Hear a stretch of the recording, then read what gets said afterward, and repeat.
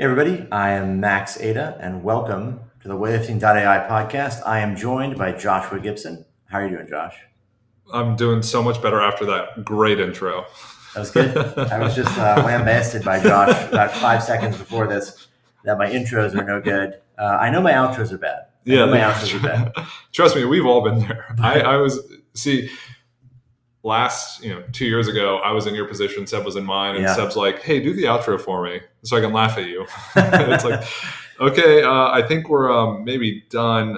So if you guys don't have anything else to say, and it's like, well, right. When I was at Juggernaut, I didn't do the outros. Yeah. We did a lot of videos. I did poor outros. We had to redo the outros like 6 or 7 times on all those videos. Yeah. My dream would be that there's an AI invented one day that can do my intros and outros for me. Yeah. Which, as I say it, I'm like, oh shit, maybe there is. Yeah, but then I feel like if it's that good, it would just take over you in the middle of the podcast too.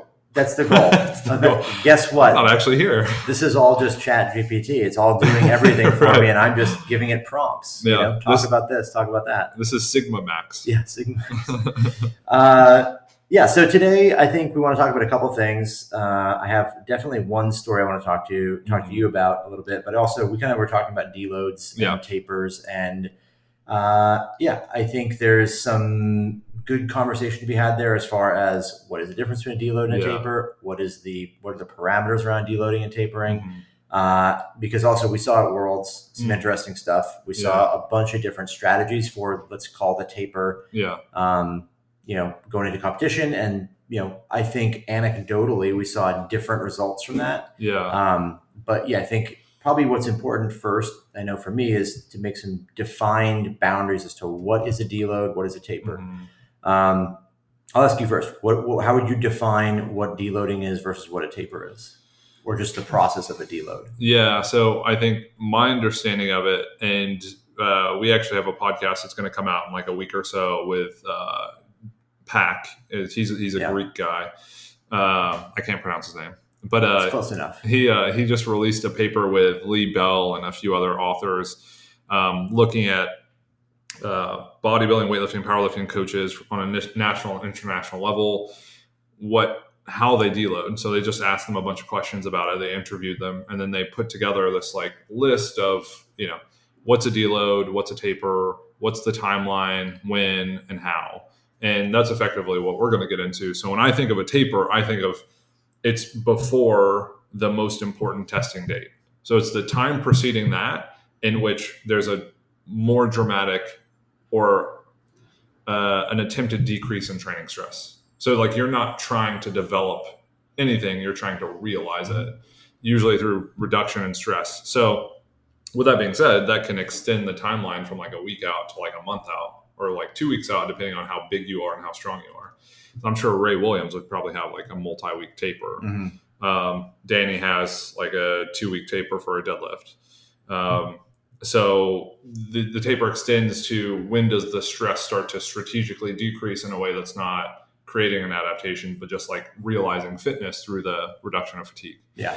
That's different, and it's preceding a testing date, more competition, and a deload is generally a reduced period of stress within a training cycle at any point through a competition prep, not just before the most important point. But does or does not, in your definition, does or a deload does or does not always follow or precede a test. That's exactly right. And it's not intended to be realized as a peak in performance. So I would agree with that. I would say the definition of a deload would be a strategic reduction in training volume or load with the sole purpose of decaying fatigue that's accumulated from the training. And then with a taper, the same thing is a strategic reduction in training load with the sole purpose of maximizing the performance at a specific, predetermined tested date. I would define them. I think there's something we need to probably figure out is the definition, the landmarks that exist that encompass the boundaries of a taper and a deload. Because we oftentimes talk about like the taper is this long or that long, but we should probably define like a deload to me would be defined as the boundaries. Like a deload starts basically the microcycle after the largest loading of training is going to occur, right? Because it would be unlikely you'd probably plan a deload after a relatively easy week of training. Yeah. Right. So we generally are deloading, and the boundaries of that are the end of the loading phase, right? So the number of microcycles or sessions that are overloading, and then it ends when overloading commences again, when there's another start to planned overload training. Yeah. With a taper, to me, the way I think about tapers, the landmarks are the final execution of the most significant training sessions up to the point of the competition. Yeah. So you'd say a taper is like the start of the taper is after, let's say, that final max out session in weightlifting, right? So if that occurs on a Friday, the week, 7 days before the meet, your taper is now, Saturday technically, through the next Saturday if that's a competition date. So you say your taper exists there. Up until that point, you're strategically removing volume, right? You're strategically removing some intensity as you go, but that would be considered part of the peaking phase. And the taper is just that moment where the sole priority is to reduce fatigue by removing training stress. You still include high intensity lifts, but there's no longer an emphasis on those sessions being significantly hard. Yeah. Right. Yeah. How do you, and as a bit of background for the people listening, there's something called the fitness fatigue model, which is basically like you have preparedness, which is like long-term ability to perform. And then you have readiness, which is like day-to-day performance. And then you have two factors that interrelate to create performance, and that's fitness and fatigue. Basically, through training, you develop fitness. Through training, you also develop fatigue. Those things compete to either suppress or promote performance. And the thing about it is, like, fatigue is larger in magnitude but shorter in duration. Fitness is generally the opposite. So it's shorter in magnitude but longer in duration, so it kind of sticks around. So the idea with the taper is like, how do we pull back enough so that the fatigue that's generally short and big can be reduced enough so that you don't lose a ton of fitness, but you're able to express what you do have. And that's where you kind of get that concept of preparedness. And then, readiness as influenced by like day-to-day stuff. So stress and nutrition and sleep. It's interesting because you could the factors that influence a taper most significantly would probably be like the SRA curve of the training sessions. The density of the training, right? And then I guess how much accumulated fatigue there is from the block prior, because you could be in a situation where you say, like, you could have different types of tapering strategies. One that's like, if the let's say contents of your training are such that that phase leading up to the training is very high frequency, very high intensity, very low volume. The SRA curve of those sessions is very short, right? If you have a lot of 90% singles, but no more than that, you're practicing sport form, you're doing some specific work, but the sessions are not necessarily sufficiently fatiguing enough that like you'd need a longer taper from that. So you'd have a situation where you're, let's say, going heavy regularly with singles, high frequency, but you remove that stress and very quickly fatigue decays and you're in you're peaked, right? So you could say an example of what this would look like is like, you train Monday, Wednesday, Friday, you max out, quote unquote, the high intensity lifts like Bulgarian style.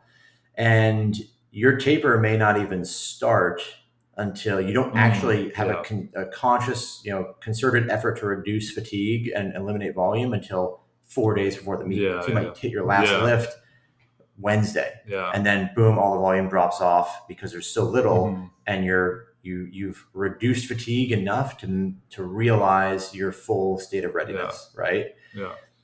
The other model would be like the opposite. Almost like if you go back in time to like the old school, like, well, take 2 weeks off before the meet. That strategy would make sense if your training was less, let's say, less dense in that you had lower frequency session, like lower frequency of occurrence, but a significantly larger magnitude of volume. And because of that, you're going to have a trade-off in lower intensity, right? So that would look like lots of pulling, squatting, pressing, 80, 70 to 90% range lifts, right? And then it takes a longer time to decay that fatigue because there's so much more of it. Yeah. Well, and you mentioning that, I have two conditions in my head. One is there's a Zordos paper, I think we talked about it, but it's like 37 days, 3 people, and they max their squat every day with like a handful of sets of back offs. And the reason that's important is because they graphically show you how performance changes. So you get these huge spikes and these huge troughs, but they're short-lived. Yeah. So it's like 10% drop in performance and then it comes back up. Yeah. So to your point, it's like the curves are so much like more dramatic but shorter. Whereas, something like Danny just started a work capacity block and she's doing 10s in the squat. Right. And those sessions are they just fuck her up so much that like her next session is front squats at like 50%. Yeah. Yeah. And she'll start to come around like 3 days after, 4 days after, and then feel more normal. And it'd be even worse if it was like 5x5. Yeah. That curve is so much That's exactly longer, right. Yeah. So it's like, it's recognizing that like you call it like the density in terms of frequency, but I would even say like the density of work within a session, just like the total amount of work. And then and this is like where you can kind of get into the weeds a little bit, is like how fatiguing is the work itself, because you can make the same amount of volume more or less fatiguing. Yeah, right. So if you did, and shout out to the Philosophical Weightlifting Podcast. I just released plugging your own fucking podcast. I just released an episode of Mike Teixeira on quantifying training stress. Yeah. And he's got this thing called the stress index. Basically how he calculates stress is like how close is it to an RPE 10? And then how much volume is it? So like what's the number of reps per set? So it's like, well, and he says like close to an RPE 10 is in like, what's the psychological arousal of a set? Right. Like how up do you have to get? Generally, the more up you have to get and the more volume, the more fatiguing it's going to be. That makes sense. And then it kind of caps out around like 8 to 12. Right. So if you do a set of 10 at 10, it's going to fucking, you're going to get floored. And that's kind of like the thing too, is like you could do 50 reps, but if they're RPE 4, just by nature of like doing only singles, that's not going to be nearly as fatiguing as if they're every set's a 10. Yeah. And I think there's going to be more of a draining effect from every set being a 10, even if it's the same work. So like that density changes. I once did a squat workout where I tried to do 250 for 5x5 or 270 for 5x5. I don't remember what it was. I did both, but I did 7 sets to failure to get to 25 reps. Yeah. So I did 5, then 4, then 3. And it was like, not like failure, like I don't think I get another one. Like I literally dropped the bar every set and picked it back up. I don't know if I squatted again for at least a week. Yeah. And at the time I could squat every single day, every session, 270, no problem. So like you can just imagine the magnitude. So there's your stress index, Mike Teixeira. Go fuck yourself, buddy. No. Texas method. Ever heard of it? Yeah. 5s. But well, I think this is why you're deserving of the moniker Uncle Max. It's like, I once did a squat workout. Back in high school. All you hear is you crack a cold one and it turns out it's Coke Zero. Well, after I did that workout, the leg press machine was broken. Fucked up a Smith machine. No, I think that's a great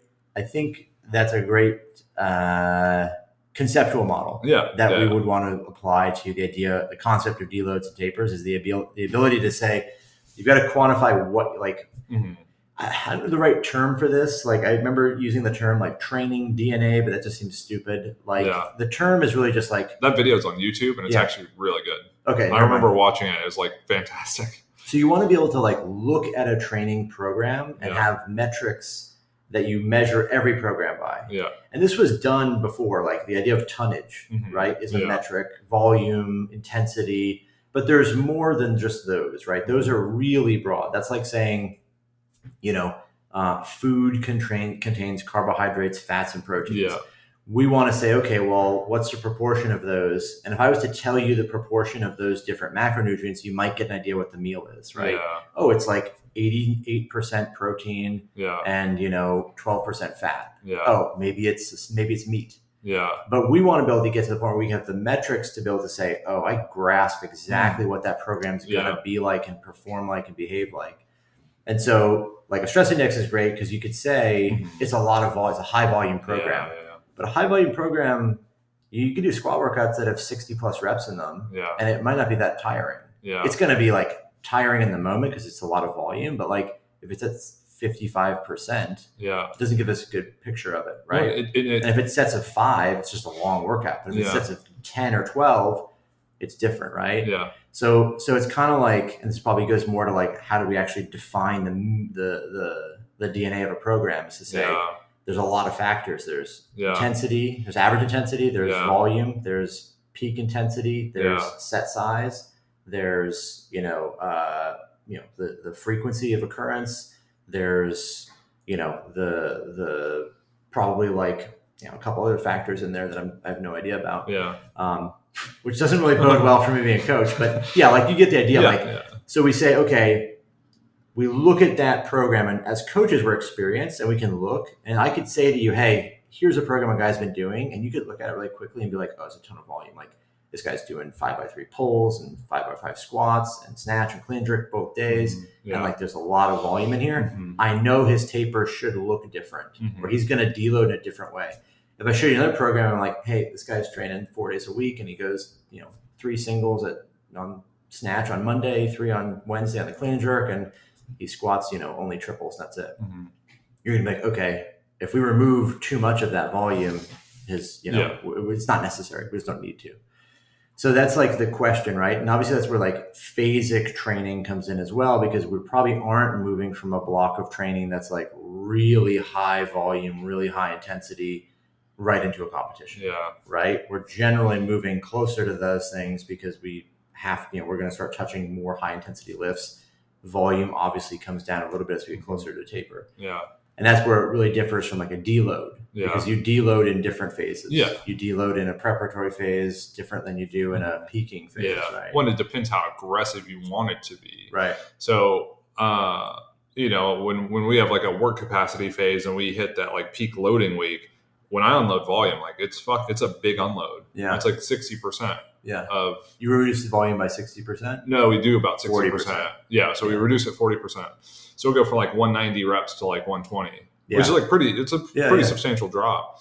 And considering that you have workup sets, so then you get like 1 or 2 top sets, and then you're kind of done with the exercise. From the perspective of like, I guess, metrics or heuristics for people, like I think those are not necessarily always the best, but like from the perspective of actually giving someone something that can take something from this and use it. Like, we know that maintenance volume is low.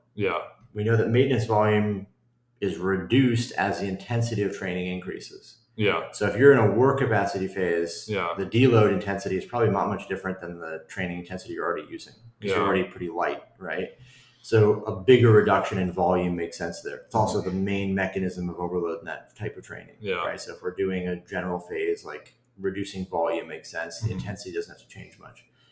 In a more like, special preparatory phase or strength phase, like the intensity is relatively high, but the volume is also relatively high. So a reduction of both of those factors probably makes sense.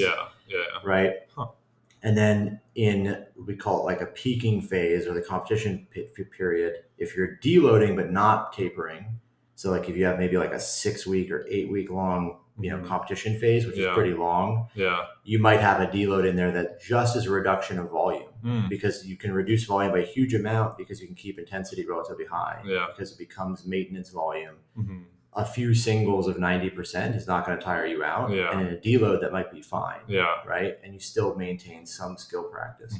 So you have these different like types of reductions. It's not just a universal like, oh, deload week is don't go to the gym, or deload week is, chop off 10% of the volume.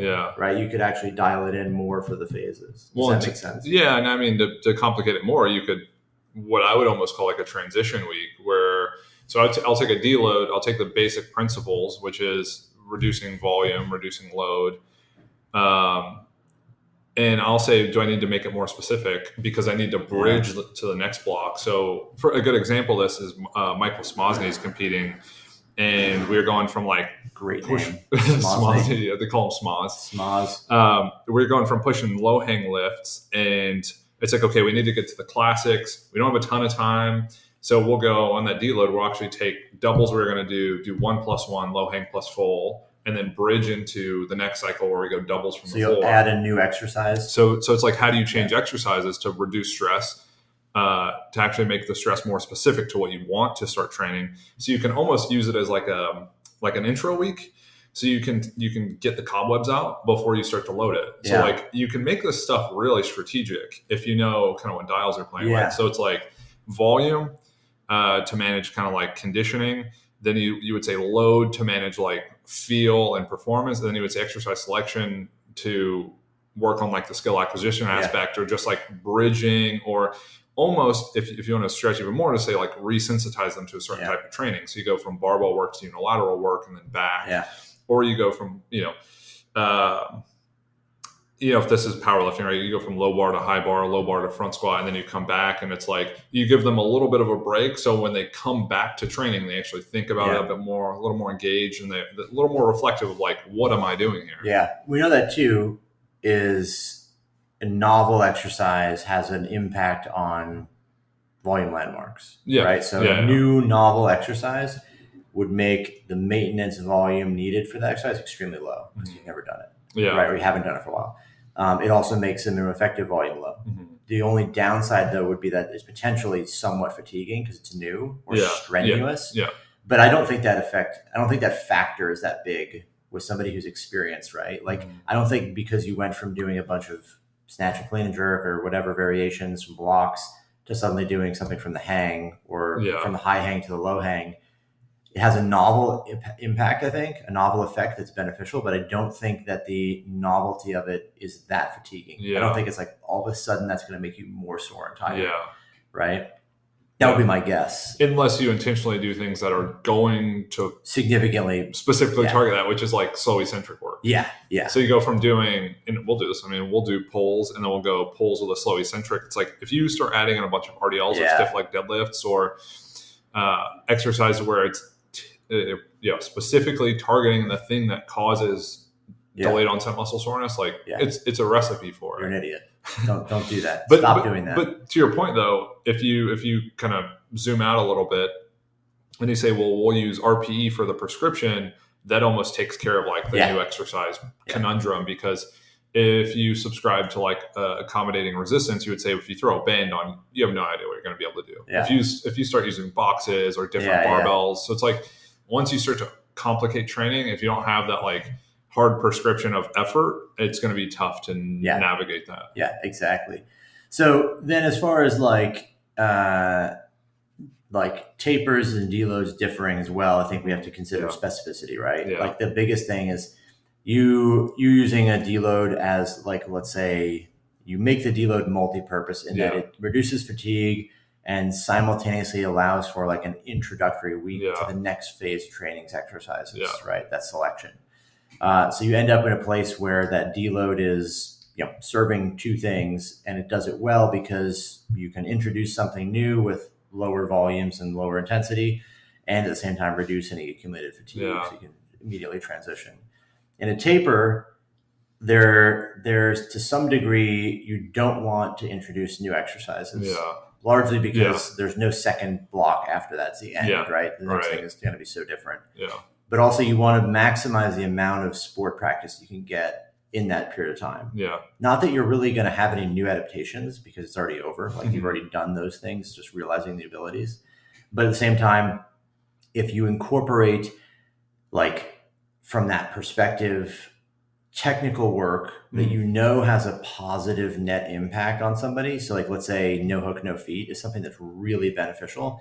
You can do that in the days leading up to the competition with a reduced intensity because you can train it at a higher RPE, near maximum on movements and variations that are challenging, but not more fatiguing, because even though it's like a heavy no hook, no feet snatch, it's a lower absolute load than it would be if it was, something much heavier. Well, I watched Acacia Johnson take 98 no hook, no feet like a week before, or less than a week before she snatched 107 with like ease, right? And it looked good. It was a solid lift. And it's limiting in some to some degree. Her hands are fucking huge. So the no hook's actually harder for her. It was just funny. The reason I was smiling when he was talking about this is I feel like this. You didn't see the smile, but I didn't see the smile. We looked in each other's eyes. I can confirm he did smile. I think that's becoming a meme nowadays where everyone's like, oh, no feet, Max and Josh. I'm kind of jumping on that train. Is that really a thing? Yeah. People are making like, fun of that? Yeah. Well, I think they're just recognizing that it's like everywhere. I mean, it's a great exercise. It's a great exercise. It's fantastic. Yeah. But to the point about tapers being different, I think with a taper, you're trying to boost motivation too. Yeah. It's a good right. So it's like, so you're trying to minimize failure during a taper week. You're not saying, well, let's experiment and see what can happen and just play around with things. And if you feel bad, It's like, no, at a taper, you're playing what Mike Tashir would say is your greatest hits. Yeah. Like you're going back to the well. Yeah. And you're going to run it dry. Yep. Yeah. It's Fred Hatfield. You remember Fred Hatfield? Mm-hmm. Dr. Squat. Dr. Squat. He was one of the first forums online, and he had some fantastic information. So good. But he used to describe training cycles as you train, the first half of the training cycle is training what you're bad at, and the second half is relying on what you're good at. Yeah. Right? I'm paraphrasing that, but he's not going to come together. Turns out he never said it. Yeah. Turns out I'm making that up. No, but yeah, so from the perspective of like, I don't think people look at training in that way a lot of times. They see it as like weaknesses all the way to the meat. Just train the things you're bad at, right? But you have to have this moment of like, okay, now you're really good at these things. You don't want someone who's got super strong legs going into a competition feeling like their legs are weak, because that's something they're inherently reliant on, right? I think you see a disaster scenario like that a lot, where people are super good at something or they're very, very strong, and coaches neglect that too much, right? As they prepare for competition, and they show up and everything feels terrible, right? You have to sort of play into what people's abilities are in the time that it matters. You don't need to build their squat up early, but like as they get closer to competition, like they should feel like they've got some leg strength, because they're reliant, they're used to that. Right. It's very easy to fall into that trap of like, don't do that because you're good at it. So what are people trying to feel when they're in a deload? What's the expectation then? Because ultimately, I think that's what you're looking at, expectation. You hear this all the time. People go into a deload, or they're halfway through and they're like, I feel worse than I did before. And it's so that's an interesting point. My perspective, and this is, remember we talked about some bunch at Juggernaut, but like the idea of like entering a deload and exiting a deload, you could go through a deload, and by the end of the deload, if you feel worse, you feel like significantly worse, as in like you've maybe reduced training loads too much.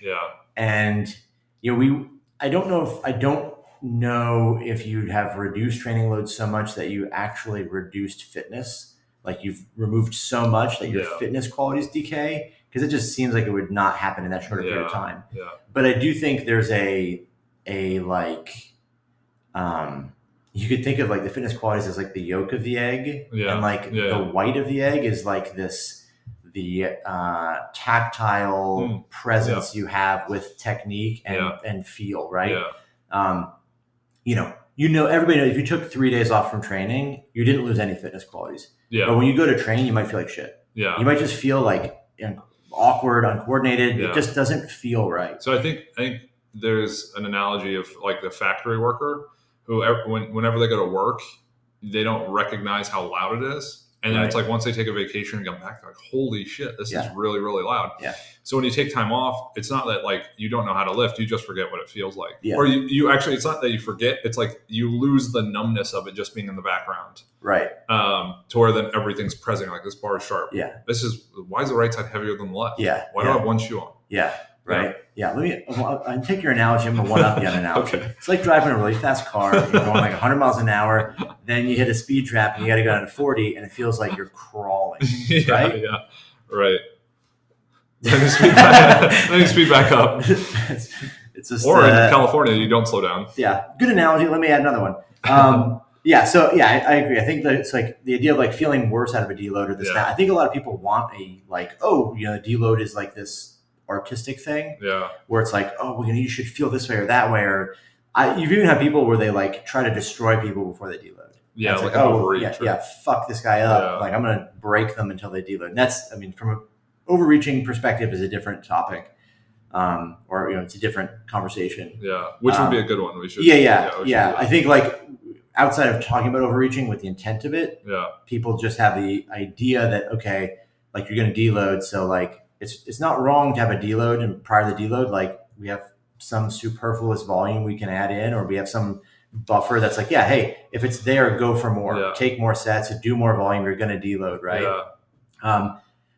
With that being said, if you're in a place where you can just like add a shitload of volume to the training before a deload, maybe you should bump the volume up in general, right? Well, I think this would start to extend to like a broader topic of like, how do you write a program? Yeah. Because, for example, I'll write a program. We'll have like a weird number of weeks between blocks. So like between the comp and then the end of the second to last blocks, we have like a comp prep that's like 7 weeks. So we'll go 3 and we'll hit a big week on that third week, have a huge down week, and then like just peek into the meet, and it just like breaks things up. Yeah. Because we're going to break it up already. It's like, we'll just put the highest volume week there. Sure. Yeah. See if we can push a little harder and like have pretty good results with that. But it's not like, oh, there's a deload, I'll train hard. It's like, this is a extenuating circumstance. Yeah. Let's take advantage of it. Yeah. And like a lot of this too is funny because like the idea of deloading in like from what I've spoken to with like some like Russian coaches, it's not the same as it is here. We have much more distinct outlines to the way we write training programs in the US, I feel. There's like overloading weeks, there's deloading weeks, and they're very distinctly the same, it's identifiable. Yeah. In like, you look at a lot of like Russian training programs, and you don't see it like that. They have same kind of preparation phase, developmental phase, competition phases, but there's no distinct deload between them, right? There's like undulations in training volume, but they're not as pronounced as you'd see in like, oh, we're doing a deload this week, and they all know what that is. It's like, so it's interesting though. It's like very different structures to the way they program. It's not different in the sense that like it's some alien thing. It's just like there's an understood sort of training methodology that doesn't look the same. Well, I think we're operating off a different influence, right? Because we're operating off of this block periodization model, ISRIN, and from a lot of like sports scientists back in like the 90s, early 2000s, who pushed, these like concentrated periods of loading to drive a very specific adaptation that sequences into the next thing and the next thing, and then you're breaking training up more, and then you start to break it up. And then you start to break up the broken periods, and then you get smaller and smaller units. So it's like, here's like 3 up, 1 down, loading, unloading. And then the next block, we kind of talk about how that's constructed. And with the Russian programs, it doesn't look like that. It doesn't make sense when you look at it just like as like numbers on a page. It's very interesting because there's so much detail in them.